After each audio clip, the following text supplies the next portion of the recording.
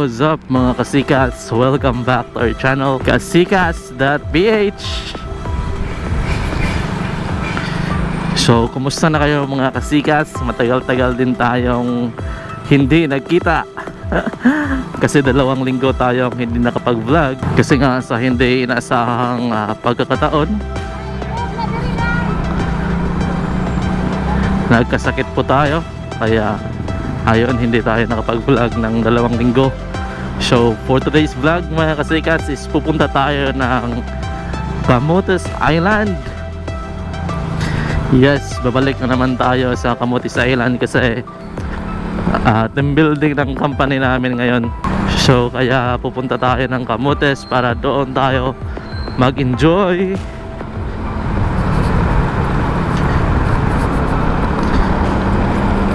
So bali yung ibang kasamahan natin is nandun na sa Compostela. At saka yung iba is naka sasakyan. Tayo lang yung naka motorsiklo, kaya medyo solo flight tayo ngayon. Pero hanggang Compostela lang tayo kasi kailangan nating iiwan yung motorsiklo natin. Hindi natin to dadalhin sa Camotes para hindi tayo makapagbayad ng malaki, kasi medyo malaki na yung pamasahe ngayon sa Roro. Kaya iiwan na lang natin itong motor, tapos doon na lang tayo maghanap ng motorsiklo, or doon na lang tayo mag-arkila ng motorsiklo. So yun mga kasikas, medyo mahaba-haba itong biyahe natin papuntang Compostela ngayon. So kita-kits na lang tayo doon sa Camotes Island mga kasikas. So peace, ingat kayong lahat.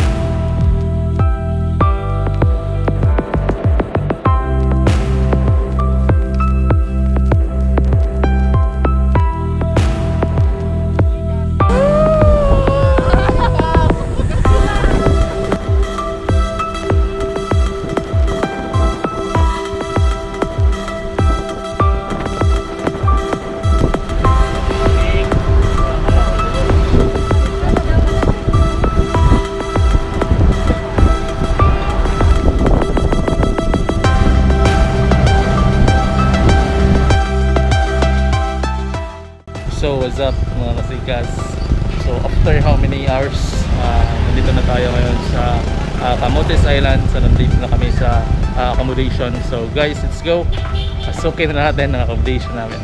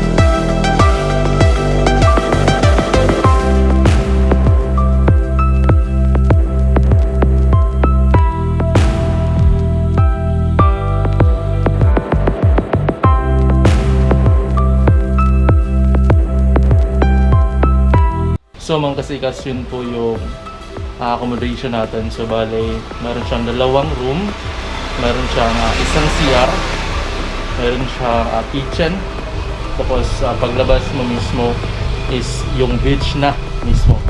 So bale, napakaganda dito mga kasikas. So bale mga kasikas, ang amount na accommodation na ito is 4,200 pesos. Wala pa yung tax. So bale, kung kasama yung tax natin is 4,500, at saka they can accommodate up to 30 people. So napakalaki talaga, tama-tama talaga to para sa team building or group bookings mga kasikas. Yun nga lang, 2 room lang siya, pero malaki din naman yung mga rooms nila. So swak na swak para sa budget, at saka goods na talaga para sa group bookings at saka team buildings.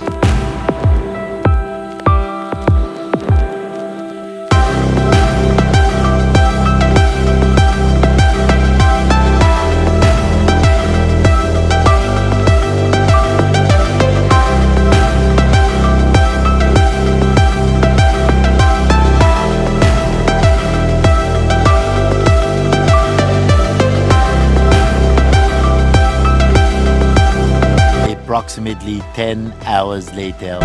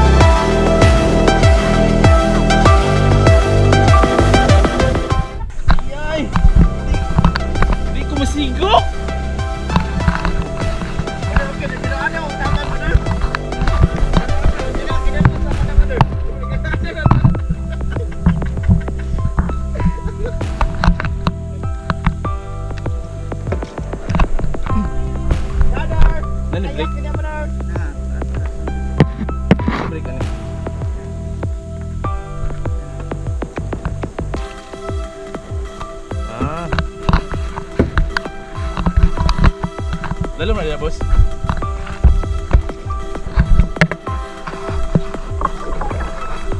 Brother, usap pa ni pagliko, brother.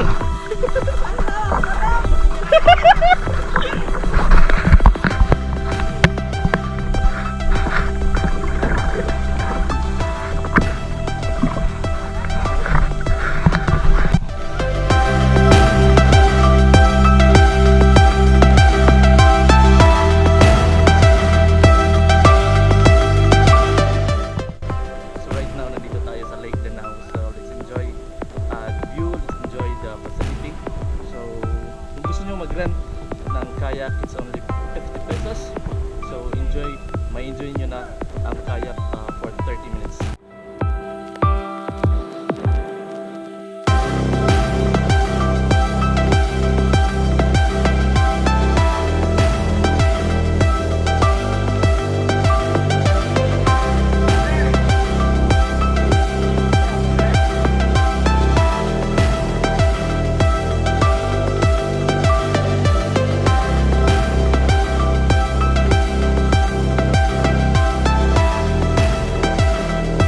So what's up mga kasikas, so nandito na naman tayo sa Paraiso Cave. So ito yung pangalawang business natin na pumunta dito. So mga kasikas, papasok na naman tayo for only 100 pesos. Let's go!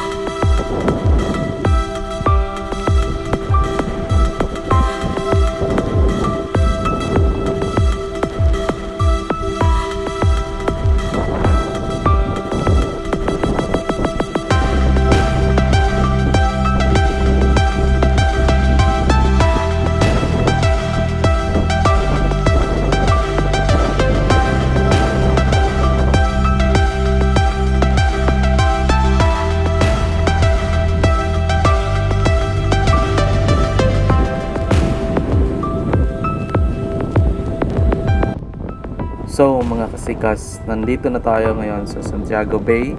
So napakaganda talaga ng lugar na to.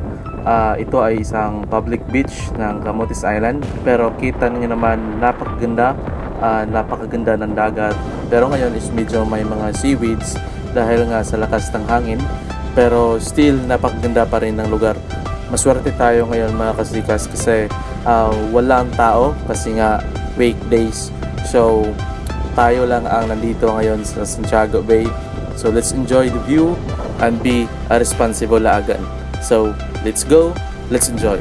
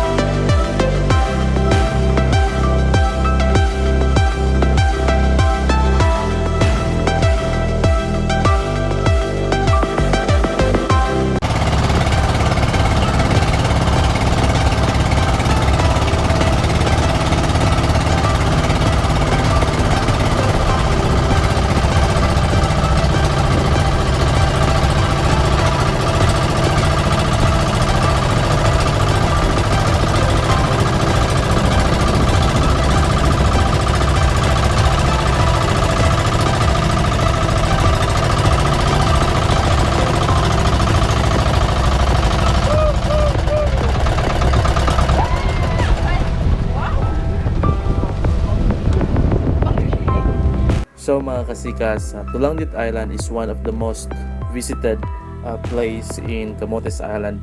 So kailangan mo lang mag-travel ng 10 to 15 minutes mula sa mainland at magbayad ka lang ng 50 pesos.